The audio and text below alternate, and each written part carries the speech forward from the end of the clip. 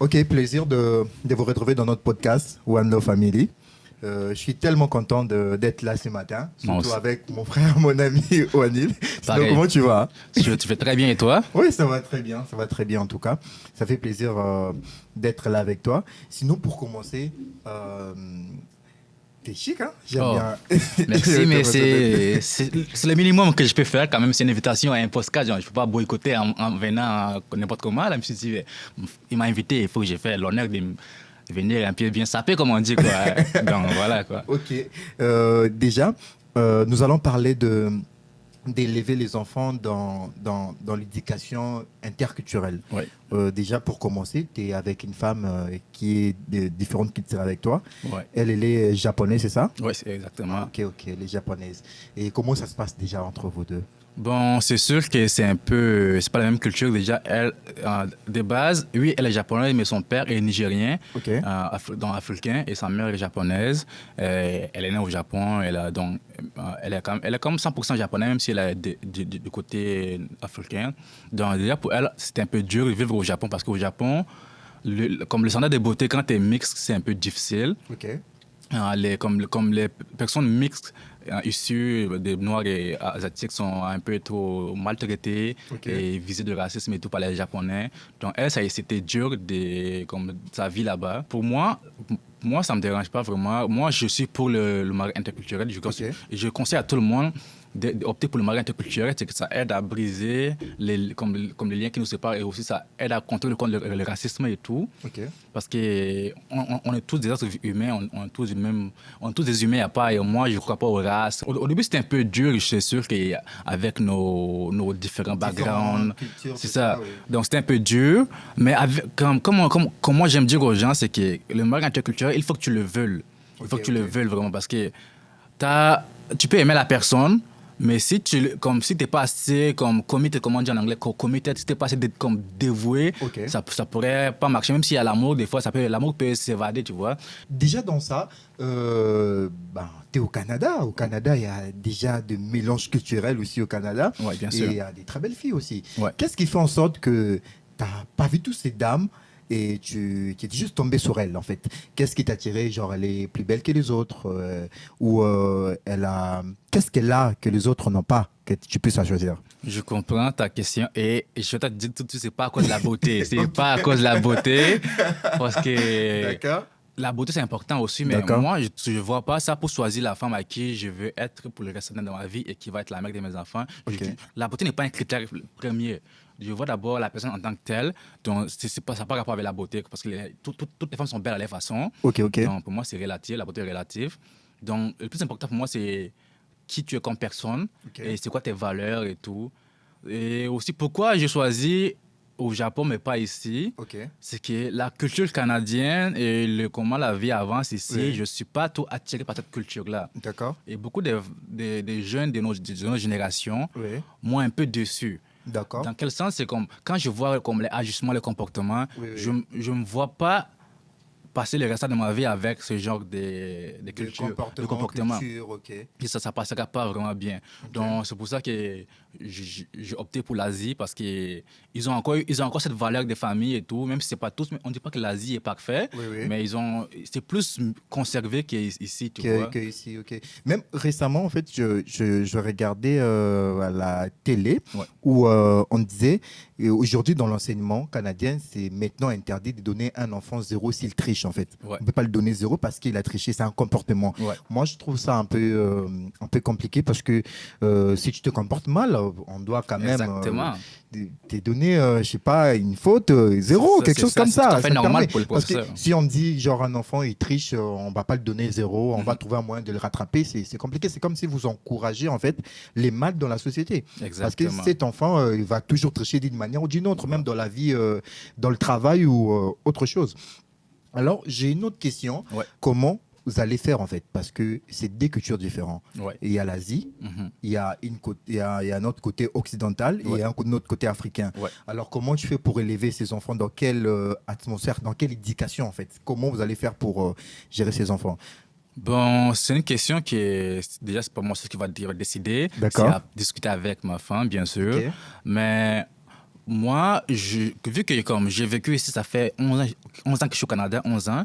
Et comme j'en ai vu des différentes familles, des différentes façons d'éduquer les enfants et tout, comme j'ai fait un peu le tour, j'ai eu des amis et tout aussi, donc des Canadiens et tout, j'étais dans les maisons, dans les familles, voir comment ça passe, comment éduquer les enfants et tout. Et je peux dire que je ne suis pas fier de comment on éduque nos enfants ici au Canada. Ça ne répond pas à mes valeurs et ce que j'ai été élevé. Donc, pour moi, ça ne concorde pas. Il y a ceux qui pourraient... Moi, je ne juge pas. Je juste dis que comme pour moi, ça ne me rejoint pas. Et je respecte ceux qui sont corrects avec ça. Je les respecte. Je parle pour dénigrer. Donc, tu ne voudras pas que ton enfant puisse te dire « Père, ferme ta gueule ». Non, c'est ça. Moi, ce n'est pas dans mes valeurs. J'ai été élevé dans des valeurs africaines où on respecte tes parents. Tu ne peux pas dire, toi, un enfant, tu peux pas dire à ton père comme « Papa, ferme ta gueule » ou « Maman, ferme ta gueule » ou « Laisse-moi tranquille ». Non, ce n'est pas comme ça chez nous en Afrique. En Afrique, ton père, tu le respectes. Ta mère, tu le respectes. C'est comme ça. J'aimerais élever nos enfants dans un environnement où on prend le respect et l'obéissance. Comme moi, j'étais au Japon en avril passé. Au Japon, c'est un des pays que j'ai vraiment le plus aimé. J'aime voyager et au Japon, c'est le seul pays que j'ai vraiment aimé à 100%. Là-bas, les gens sont respectueux. Ils ont des bonnes valeurs. Même les gens que tu ne le connais pas sur la route, dès que tu accroches un peu, là, il va s'excuser, il va te faire un bow, il va s'excuser comme excuse-moi et tout. Les gens sont respectueux, sont chaleureux et tout. Donc, j'aime la culture, donc c'est ça. J'aime élever mes enfants dans un environnement où on prend le respect mutuel. Et c'est ça, l'obéissance, et être dévoué et tout, tu vois. Donc, c'est ça. Donc, je vais dire un mix des cultures africaines et cultures japonaise, mais pas occidentale, parce que ça ne nous rejoint pas. Et même ma femme, elle est pareille avec ça aussi. Elle aussi, quand elle suit aussi les réseaux, même si elle vit au Japon, mais elle suit ce qui se passe sur les réseaux et tout. Elle voit comment les gens se comportent. Et aussi, comme elle a étudié au UK pendant 3 ans, elle a étudié là-bas, elle a vu aussi comment est la culture occidentale. Elle m'a dit que comme, ça ne la rejoint pas trop. Elle était un peu choquée quand elle a vécu là-bas pendant 3 ans pour ses études. Elle a dit, mais son geste sont bizarres. Comment ils se comportent et tout. Il n'y a pas vraiment de respect. D'accord. Et il y a une personne, l'un de nos abonnés, qui m'a écrit, parce que quand j'ai balancé le sujet dans nos pages, et il y a une personne qui m'a écrit, m'a dit... il se demande en fait où va le monde, surtout chez nous ici à l'Occident, avec l'éducation qu'on donne à nos enfants. En fait, les enfants ont plus de droits que de devoirs en fait. Ça paraît compliqué parce que chez nous, déjà, l'enfant ne pouvait pas hausser sa voix devant ses parents, ne pouvait pas parler devant ses parents.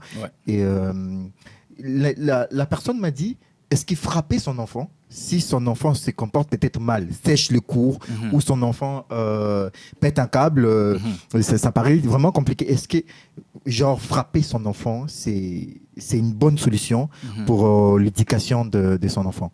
Bon, moi, déjà, en partant, j'aime pas le mot frapper. D'accord. On ne dit pas frapper, on dit corriger. Corriger, ok. Exactement. Le vrai terme, il faut faire.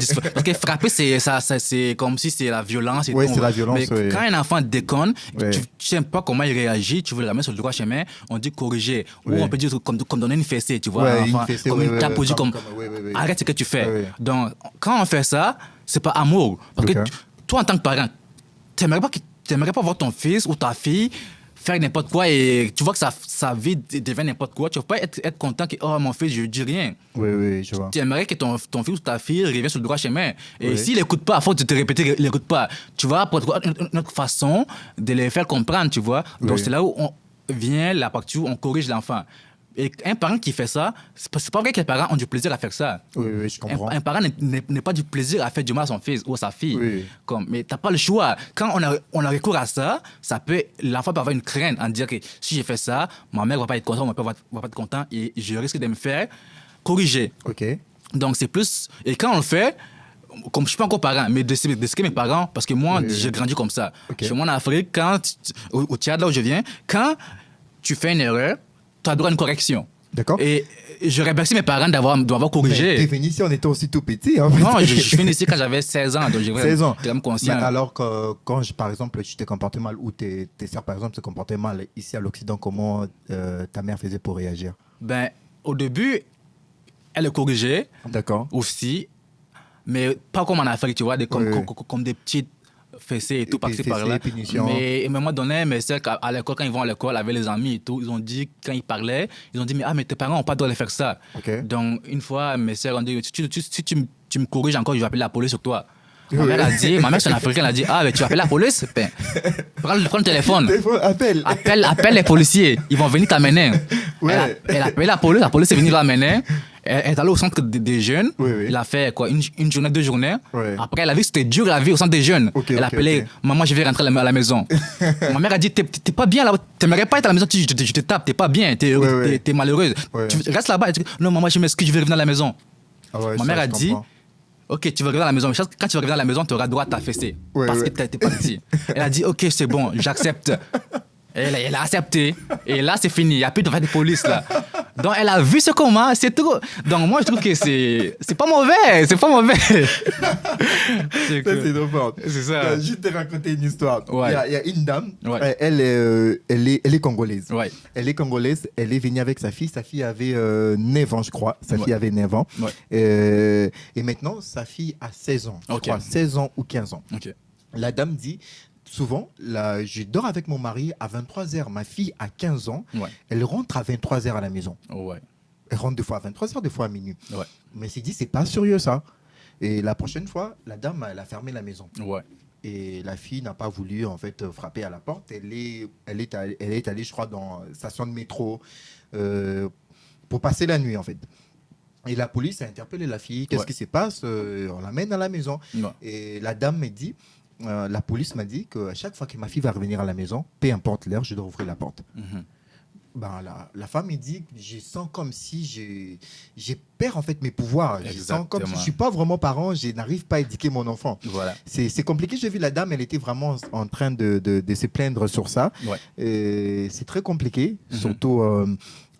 avec les droits des enfants, tout ça, ça paraît compliqué. Mais toi, tu n'es pas parent, je pense que tu te prépares pour ça. Hein. Ouais, effectivement, je me prépare. Et aussi, des fois, c'est pas que ça fait une crainte, mais c'est juste qu'il y a un défi à relever aussi. Okay. Donc, je me prépare mentalement et tout. Je me dis, parce que, oui, c'est un peu dur, mais tu ne peux pas partir ta vie familiale en étant négatif, tu vois. D'accord, oui, je suis positif que ça va bien se passer, ça va bien se passer, qui sont obéissants et tout. Et je me prépare mentalement à ça. Donc, c'était ça. Ça arrive moi, je pense que le plus dur et aussi qui fait que beaucoup de parents ont des ados qui déconnent parce qu'étant petits, ils n'ont pas inculqué les valeurs importantes. Parce qu'un enfant, quand il vient au monde, il est ignorant de tout. C'est à toi, le parent, de l'inculquer dès le début les valeurs que tu veux qu'il grandisse avec. Donc, il faut que tu le donnes un modèle, tu l'encadres de la façon dont tu veux qu'il grandisse. Et là, en grandissant, il pourra respecter, faire un peu de son mieux pour respecter, même si des fois il déconne, parce que c'est la vie, on découvre des choses et tout. Mais ça va être moins ce qui est... Si l'enfant... Tu l'élèves sans y prêter attention, tu l'occupes pas, tu le conseilles pas, tu laisses faire ce qu'il veut.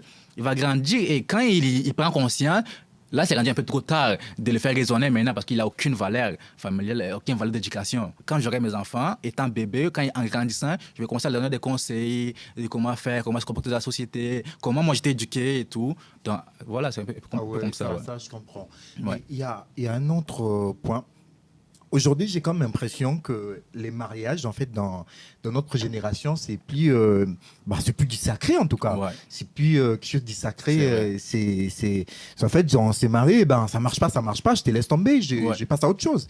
Et ça, en fait, j'ai craint pour ça, en fait. J'ai craint par rapport à ça parce qu'aujourd'hui, il y a des gens j'ai rencontré des gens qui ont 6 mariages, des fois même 7 aussi. Malheureusement, il y en a.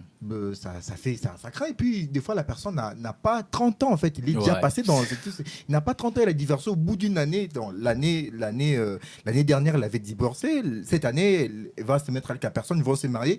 Elle va encore divorcer la personne. Ça me paraît... tu vois, ça paraît aberrant, des fois. Mais chacun a ses choix, chacun sait pourquoi il prend ces genres de décisions. Mais toi, qu'est-ce que tu penses? Parce que bientôt, tu vas être ensemble avec ta chérie. tu vas être ensemble avec elle. Mais il y a des jeunes qui se mettent aujourd'hui, après demain, ils vont se séparer. C'est quoi tes impressions sur ça? Est-ce que tu crains pas, que demain, tu te retrouves dans ça ou bien tu as déjà des bases que tu as mis ou qui peut te permettre à mieux de coller?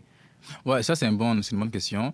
Bon, je dirais, le plus gros problème, c'est la nouvelle génération où nous vivons ici. Là, c'est un truc qui englobe, qui fait partie les valeurs familiales qui ont été bafouées de cette génération. Oui. Les valeurs familiales. Et aussi, le plus gros problème que j'ai remarqué, les jeunes, ils se marient pour le statut, pour dire que je suis marié. Mais quand il faut vivre la vie des mariés, là, on dirait, comme ils s'écartent, ils s'éloignent. Parce que, en fait, les gens n'ont pas compris. Ils pensent que le mariage, c'est juste la cérémonie, la fête. Non, le mariage commence après la cérémonie. La soirée où quand les gens sont répartis chez eux, c'est là que ça commence le mariage. Dans le cas, toute la fête est finie, là, c'est juste vous deux dans la maison. Là, c'est le mariage. Et il y a haut et des bas. La vie n'est pas rose. Mais ce que j'ai remarqué, cette génération, beaucoup de couples se séparent quand ils sont dans le bas. Quand on est dans le bas, il faut se rencontrer, se ressourcer, avoir une conversation. La communication est importante. Communiquer, il faut savoir comment régler les choses, comment s'immocer ces défis-là pour remonter. Mais quand eux, ils sont dans le bas, ils décident de s'écarter, de se séparer, au lieu de se parler et trouver des solutions pour régler le problème, pour remonter. Parce que c'est ça, c'est un manège, il y a haut et des bas, des hauts et des bas, c'est comme ça, la vie n'est pas rose. Oui, n'est pas rose. Donc, en tout cas. La valeur familiale a été bafouée et le mariage est rendu maintenant, on dirait, un truc juste pour un statut social. Pour dire que je suis marié, je fais des photos, la grosse fête, les stories, je poste, et après, c'est fini, c'est quand il y a un défi. Mais pour moi, oui, j'ai des bases, j'ai mis des bases avec ma femme et tout. On a fait des bases en disant que comme on se marie pas pour nous-mêmes et tout, tu vois. C'est un peu plus, on se marie aussi aussi devant Dieu aussi, tu vois. Et aussi la religion et tout. Parce que comme moi je suis religieux, je suis très croyant, je sais pas si les gens sont croyants, mais moi je suis très croyant et je crois aussi à la restauration et tout. Le mariage aussi, c'est pour rendre aussi le Créateur heureux, Dieu heureux, tu vois. Avoir des beaux enfants et tout. Aider comme le monde, tu vois. Donc nos bases, c'est on se marie pas pour nous-mêmes, on se marie aussi pour rendre Dieu heureux, accueillir Dieu dans notre famille, dans notre foyer, et aussi le mix de nos deux familles, de nos deux cultures, tu vois, parce que le mariage, c'est pas juste moi et elle, c'est que nos deux familles, c'est comme qui font une famille, tu vois. Donc, il y a plusieurs choses qui vont en compte, c'est pas juste nous deux qui se marient. Donc, il y a ces bases-là aussi, et aussi, on a des valeurs qui se ressemblent, comme on est patient, on est à l'écoute de l'autre, comme on pardonne. Tu vois, il y a des valeurs et des valeurs comprises qui sont solides, que je pense, selon moi, ça va faire que j'aurai un mariage solide qui va quand même durer longtemps, très longtemps. Ou même, comme on dit, le mariage jusqu'à la mort, jusqu'à la mort et tout. C'est ça. Donc, voilà quoi. C'est en fait ça. Moi, c'est également mon avis sur ce point, par exemple. Moi, je me dis, les gens n'ont plus de la patience, en fait. C'est la patience qui est vraiment un problème. Parce que, comme tu viens de dire, c'est pas rose, en fait, la vie. La vie n'est pas rose, n'est pas rouge, n'est pas bleue. En fait, la vie, elle est comme ça. Exactement. La vie a un rôle de nous enseigner, de nous instruire en fait. Il y a des hauts et des bas. En fait, je peux pas te dire que je t'aime, mais quand les situations deviennent compliquées, je peux te lâcher. Je suis pas sérieux dans ce que je respecte pas mes paroles en fait. Donc, quand je m'engage avec la personne, je me dis, peu importe les circonstances, peu importe les vents et marées, on va rester ensemble. Exactement. C'est pas les problèmes, c'est pas toi et moi. En fait, c'est pas toi le problème, c'est nous deux contre le problème en fait. On doit faire une équipe pour affronter le problème. La réalité, c'est pas du tout ça en fait. C'est pas du tout ça. Ce que nous voyons aujourd'hui, c'est les mariages Hollywood, tout ça.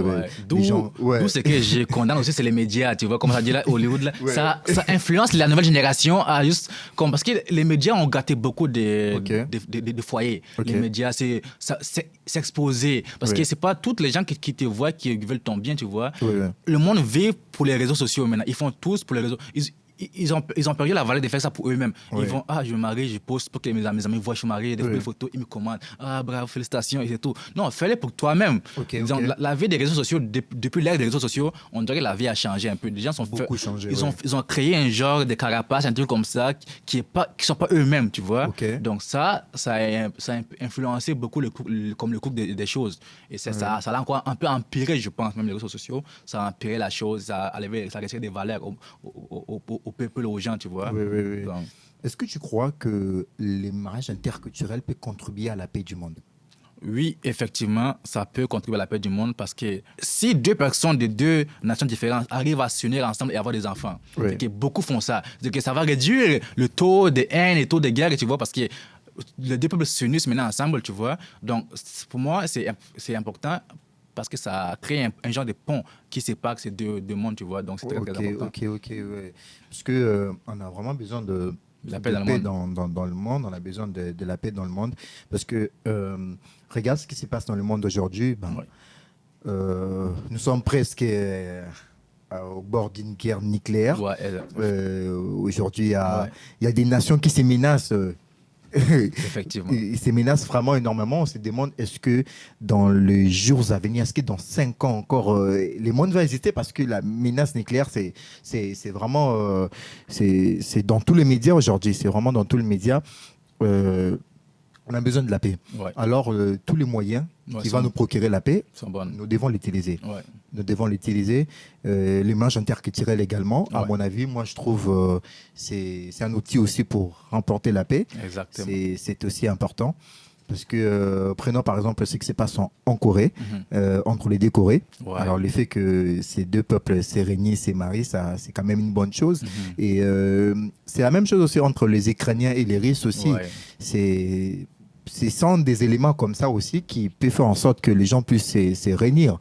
Une question qui vient de nos abonnés, c'est une Québécoise, elle s'est mariée avec un homme africain, mais il s'est dit, cet homme, les autres sont un peu ouverts dans les aliments un peu différents, il peut tout manger, mais lui, certes il peut manger, mais il revient toujours à la boule en fait. Il veut toujours manger. La nourriture africaine. Il veut toujours manger sa boule en fait. Sur ça, elle écrit, qu'est-ce que je dois faire en fait avec lui, parce que j'essaie de lui parler, je dis tout le temps, on ne peut pas seulement manger la boule en fait, il y a autre chose aussi à manger. Et je pense que ça crée un peu des chicanes entre eux deux dans le couple. Alors, qu'est-ce que je peux dire sur ça, en fait? Bon, moi, ce que je peux dire, c'est que quand on décide qu'on va marier ou on va épouser une personne d'une culture différente, il faut se préparer à l'idée qu'elle n'est pas de ma culture. Donc, il faut être assez ouvert d'esprit pour dire que je ne peux pas imposer ma culture à sa culture, à elle. Je ne peux pas la dire que comme si moi, je suis africain, elle est blanche, elle doit se soumettre à ma culture. Si les deux doivent faire un compromis, tu vois. Donc, lui, pour moi, il a un peu un tort de vouloir imposer sa partenaire, de pouvoir faire tous les jours de la boule pour qu'il mange parce que monsieur est africain. Non, parce que le mariage, c'est pas juste l'homme, il y a aussi la femme, tu vois. Donc, c'est deux cultures. Donc, il devait être un peu ouvert d'esprit et pouvoir accepter la culture de sa femme. Peut-être qu'il va aimer sa nourriture. Ou si elle ne sait pas cuisiner, qui peut la montrer comment cuisiner, tu vois. Ça peut être une bonne activité à faire ensemble, cuisiner ensemble, tu vois. Donc, moi, je pense qu'il ferait mieux. En tout cas, elle devait lui parler sur ça, qu'il devait être un peu plus ouvert d'esprit. Parce que si lui, il a voulu la marier, il savait très bien que c'est une blanche, il est noir, il est africain. Donc, il devait être plus tolérant à ça, ouvert d'esprit, pouvoir accepter la culture de l'autre.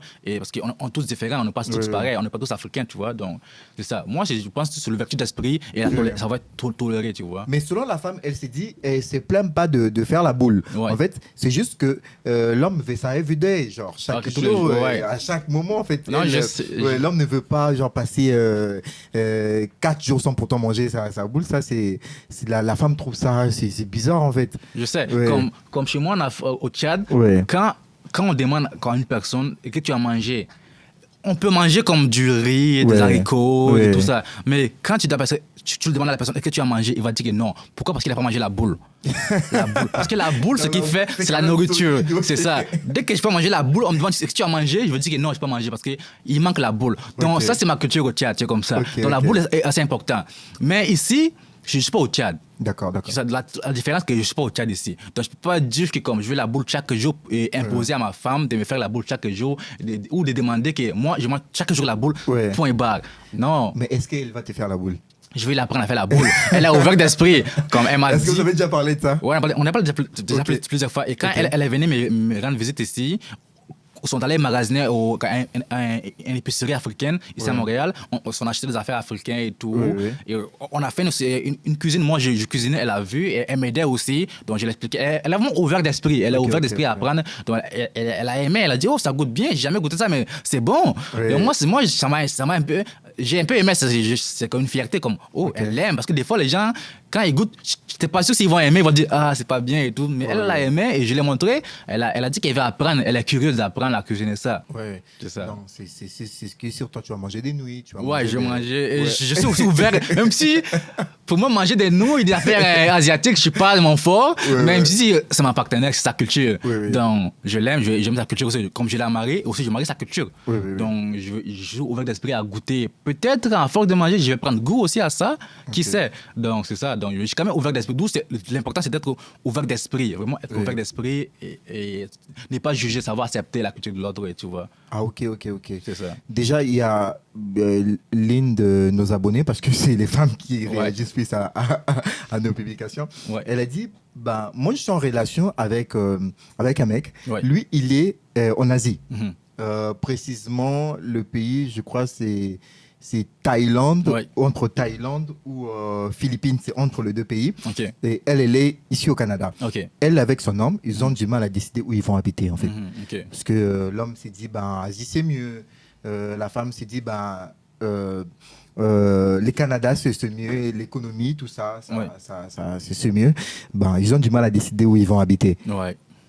Ils ont demandé un conseil. Je ne sais pas, qu'est-ce que je vais dire. Je peux essayer de répondre, mais c'est sûr qu'il n'y a pas de réponse claire pour ça, là, parce que c'est à eux de trouver la solution. Mais moi, je parlais de moi et ma femme, c'est ce qu'on a décidé. Parce qu'elle, elle est japonaise, moi je suis canadien, donc il va falloir trouver une place pour vivre, tu vois. Elle aimerait venir habiter ici au Canada. D'accord. Mais moi, le Canada m'a un peu déçu. Moi, j'aimerais habiter. Surtout l'éducation. C'est ça, l'éducation, les valeurs familiales et tout. Ça m'a un peu déçu. J'aime le Canada, mais ces valeurs-là, vu qu'il n'y a pas, et moi, j'aimerais élever mes enfants dans un environnement où on prend ces valeurs-là. Donc, ça, c'est un peu décevant pour moi. Moi, j'aimerais habiter comme au Japon, parce qu'ils ont ces valeurs-là. Mais elle est japonaise, elle est fatiguée du Japon un peu, elle est toute sa vie au Japon, elle aimerait vivre ailleurs. Donc, on a trouvé un compromis. Vu qu'elle tient vraiment à vivre au Canada, je me suis dit, OK, tu vas venir, après le mariage, tu vas venir vivre avec moi ici pendant 5 à 10 ans, un truc comme ça. Et après, on va bouger, on va aller habiter au Japon ou ailleurs. Et une place où on prend les valeurs familiales et tout. Donc, c'est ça, donc c'est un compromis, on a fait comme un compromis, tu vois. Oui, ça, c'est super. Donc, cher abonné, Vanessa, c'est ça son nom, Vanessa, tu vas parler avec ton homme. Donc, parler avec ton homme. Exactement. Peut-être faut aller habiter en Asie aussi, c'est mieux. Hein? C'est bien l'Asie aussi. L'Asie, c'est bien aussi. C'est pas mal aussi. C'est pas mal, ouais. C'est pas mal, tu peux aller en Asie, manger des nouilles. il faut être patient avec nous. Il faut être patient pour aimer les nouilles. Ouais, il faut être patient. Récemment, ce qu'on avait mangé, je sais pas si tu te rappelles, il y avait des poissons crus, là. Ah oui, l'activité qu'on avait fait. L'activité qu'on avait fait pour dire au revoir aux autres qui partaient en Corée. Ouais. Et c'était quoi? C'était des saumons crus, des poissons crus. Ok, des poissons crus. Et ils mangent ça genre tous les jours? Pas tous les jours, mais c'est une culture, en fait. Ils mangent souvent des poissons crus comme ça. C'est comme des sushis. Et avec du poisson cru aussi là-dedans. Donc, mais moi, ma culture, comment j'étais élevé, c'est que je mange tout ce qui a été cuit au feu. Je ne mange pas ce qui a été cru. Donc, il faut que ça soit cuit, bouilli au feu pour que je mange. Donc, c'est un peu, tu vois, je peux faire l'effort de manger, mais tu peux voir dans ma face que j'ai pas du plaisir. Ça pas vraiment du plaisir. C'est ça, ça prend du temps et de la patience pour que je prenne goût à ça. Je leur ai demandé, grillez-moi mon poisson. Mais ça c'est un peu irrespectueux de dire ça comme ça. Ok, nous sommes presque à la fin de notre podcast. Est-ce que tu auras un message à passer aux gens qui te regardent, qui sont en Europe, en Amérique, en Asie, surtout en Afrique? Est-ce que tu auras un message sur les marges interculturelles? Bon, ce que je peux dire comme message, c'est que c'est un truc, c'est un cadeau du ciel, le mariage interculturel. Ça peut régler beaucoup de problèmes, comme la guerre dans le monde, ça peut mener la paix. Mais il ne faut pas oublier, le plus important, c'est savoir faire des compromis. Être patient, savoir faire des compromis et aussi être à l'écoute, tu vois, parce que quand on décide de marier l'autre, c'est toute une personne différente et avec une culture différente de la nôtre. Donc, il faut faire des compromis et être patient avec la personne parce que ça va prendre du temps pour qu'il s'adapte à nous et tout. Il faut la patience et faire des compromis. Donc, c'est le secret vraiment. Et aussi, bien sûr, avoir l'amour, c'est mais sans amour, ça ne marchera pas. Il faut bien sûr avoir l'amour dans les deux pour que ça marche. Donc, avoir l'amour, être patient, faire des compromis. Donc, c'est le secret pour réussir dans les mariages interculturels. Ah, ok. Voilà. Sinon, One Love Family, One Love partout où vous êtes, One Love partout dans le monde. Prenez soin de vous. Abonnez-vous surtout, ne manquez pas à vous abonner. Beaucoup. Envoyez-nous vos questions. Ouais. On va répondre à vos questions avec nos invités. Merci beaucoup en tout cas. Merci. One Love. One Love. Merci.